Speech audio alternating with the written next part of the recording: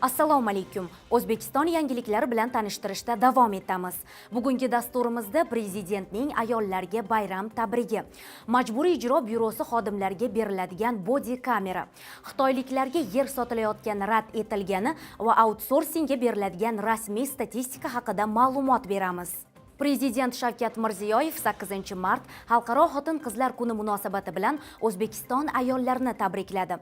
U xotin-qizlarni zamonamizning haqiqiy qahramonlari deb atab, ularning huquq va manfaatlarini himoya qilish davlat siyosatida ustuvor vazifa ekanini ta'kidladi. Davlat rahbari ayollarning davlat boshqaruvidagi ishtiroki ortganini, ularning ta'lim olish imkoniyatlari kengayganini qayd etdi. Prezident qo'shimcha ravishda xotin-qizlarni ish bilan ta'minlash, ularning tadbirkorlik imkoniyatlarini oshirish bo'yicha yangi tashabbuslarni e'lon qildi.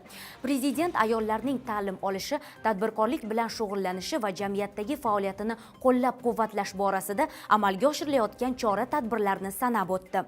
Jumladan, joriy yilda 250 ming nafar qiz oliy ta'limga qamrab olinadi. 2 million xotin-qizning bandligi ta'minlanadi. Sizlarni qo'llab-quvvatlashdan hech qachon charchamaymiz, dedi mamlakatimiz rahbari Shavkat Mirziyoyev va mamlakat ayollariga farovonlik, baxt va muvaffaqiyatlar tiladi. Kadastr agentligi Toshkentda xitoyliklarga yer sotilayotgani haqidagi mish-mishlarni rad etdi. Rasmiy bayonotda O'zbekiston qonunchiligiga ko'ra chet elliklar yerni faqat ijaraga olishi mumkinligi ta'kidlandi. Agentlik jamoatchilikni asoslanmagan ma'lumotlarga ishonmaslikka chaqirib, yer xususiylashtirilishi mumkin emasligini bildirdi. Toshkentda Xitoy tilidagi bannerlar ko'payishi va Xitoy kompaniyalari soni oshishi ijtimoiy tarmoqlarda muhokamalarga sabab bo'ldi. Iqtisodchi Otabek Bakirov bu borada qo'shimcha cheklovlar joriy etish zarurligini bildirib, chet el investorlari ishtirokidagi kompaniyalar ulushining kamida 51% mahalliy fuqarolarga tegishli bo'lishi kerakligini ta'kidladi. Kadastr agentligi noto'g'ri ma'lumotlar tarqatgan shaxslarga nisbatan ma'muriy va jinoiy javobgarlik borligini eslatib, fuqarolarni vahimaga tushmaslikka chaqirdi. Hukumat yerni ijaraga berish bo'yicha onlayn auksionlarda boshlang'ich narxni belgilash formulasini o'zgartirdi. Yangi tartibga ko'ra maydon hajmi, hudud toifasi, yer solig'i stavkasi, muhandislik tarmoqlari va foydalanish maqsadi kabi ko'rsatkichlar asosida narx maxsus formula bo'yicha hisoblanadi. Shuningdek, yerdan foydalanish maqsadiga qarab oshiruvchi va pasaytiruvchi koeffitsiyentlar joriy etildi. Masalan, ko'p qavatli uylar qurilishi va savdo sohasida 1.4, ijtimoiy foydalanish uchun 0.6, farmatsevtika va oziq-ovqat sanoati uchun 0.8 koeffitsiyenti qo'llanadi.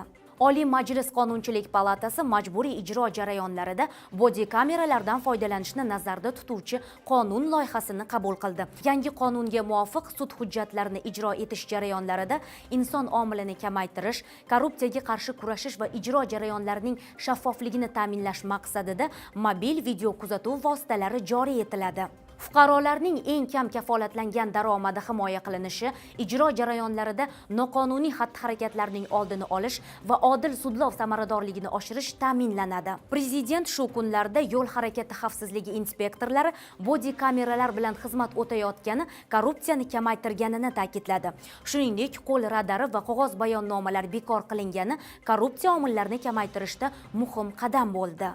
Vazirlar Mahkamasi rasmiy statistikani tayyorlash va tarqatish jarayonlariga outsourcingni joriy etish haqida qaror qabul qildi. Endilikda savdo va elektron tijorat tashkilotlari statistik ma'lumotlarni tarqatishda ishtirok etadi. Shuningdek, norasmiy sektor va yakka tadbirkorlar faoliyatini kuzatish uchun pilot loyihalar amalga oshiriladi.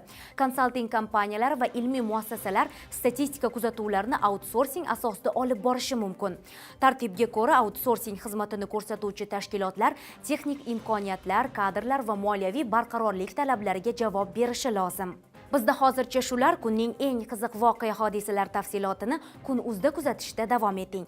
Bizdan uzoqlashmang, ko'rishguncha omon bo'ling.